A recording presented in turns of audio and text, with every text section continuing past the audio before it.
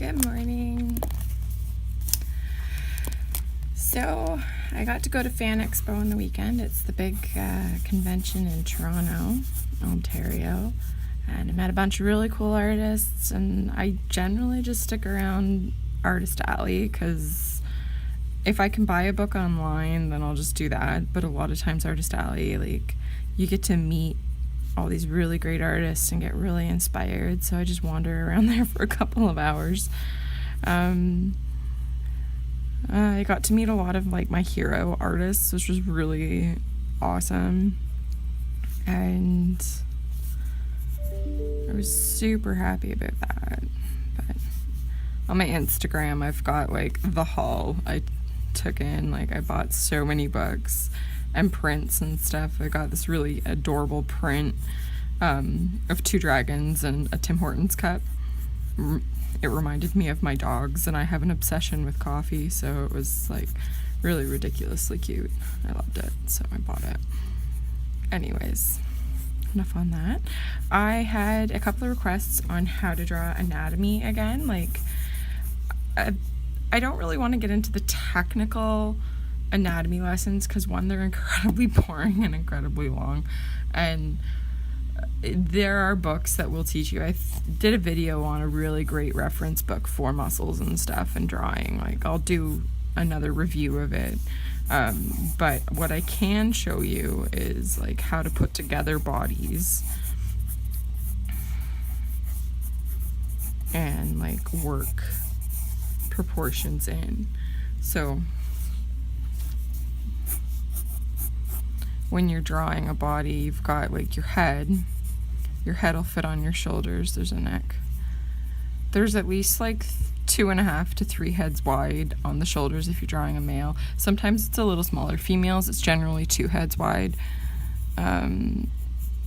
Just because a lot of females do have narrower shoulders. Men's hips are generally like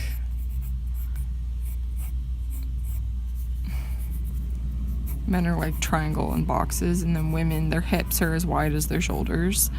It's so that they can like have kids. The anatomy is completely different. Like, male and female skeletons, you can actually tell the difference if it is a male or a female just by the width of the pelvis, and like the pelvis is slightly different, the bone structure is different. It's like actually really interesting when you get down into the science of it. But anyways, so from the head to the groin is the same length as the groin to the feet, and that'll give you like, and it works on men as well, that'll give you your like proper proportions. Now if you're cartooning, this will be skewed a bunch. Like, obviously you can exaggerate the forms and things like that, but generally speaking, when you are looking to do proper proportions on characters, that is it. Like, that's your halfway point, is generally the groin area. Yeah, so these are just some really quick sketches of a male and a female figure. But anyway, I was watching this interview with I'm gonna butcher his name, Gendy Tortatovsky. Yeah, that's not right. Anyways, the guy who created Samurai Jack, in one of the Samurai Jack special features, he talks about drawing, and he's a very stylized art style. But what he said is, if you can draw the shape of something, you don't actually have to make it look photorealistic if you know what the shape of an arm is. Like, arms are tapered cylinders, they kind of look like bowling pins.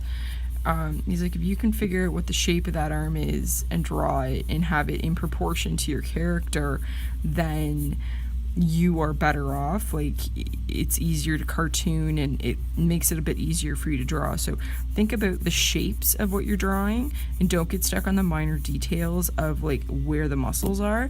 That'll come, but try and like build shapes so that when you're cartooning and you're drawing your characters, you can get like a nice flowing line through the anatomy.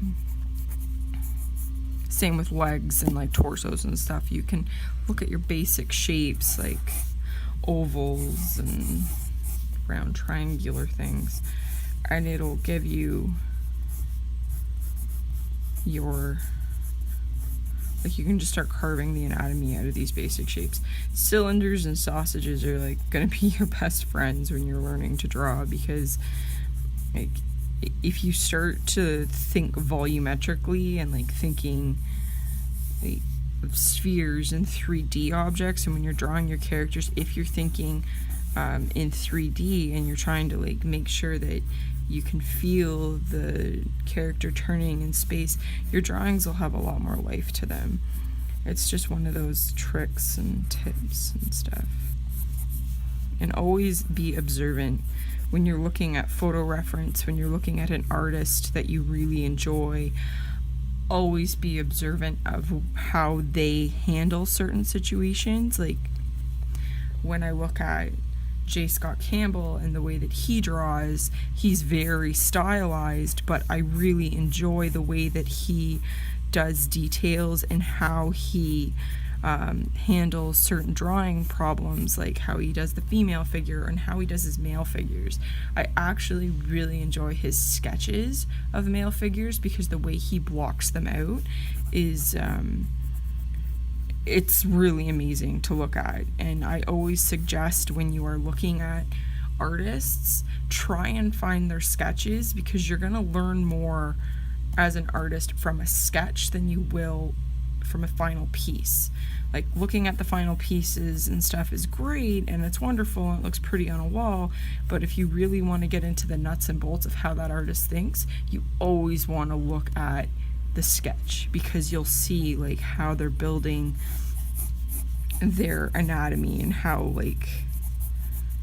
they solve their drawing problems, like on hands and stuff like that. It sounds weird, but it'll click in eventually. Again, if you have any questions of anything I'm talking about, just leave them in the comments below and I'll try and either do a video explaining it or explain it to you if I can get the words right when I'm typing. Yeah, so if that's like a mini anatomy lesson, yay. And if you guys want examples with existing characters instead of these random original characters I have, just tell me who you want me to draw and I'll break it down for you. That's also like something I really enjoy, is figuring out how to draw specific characters. So anyways, this is a short video. Oh, maybe not that short, it's 8 minutes. But if you have any questions, again, just comments below and I will try and post another video later in the week with answers.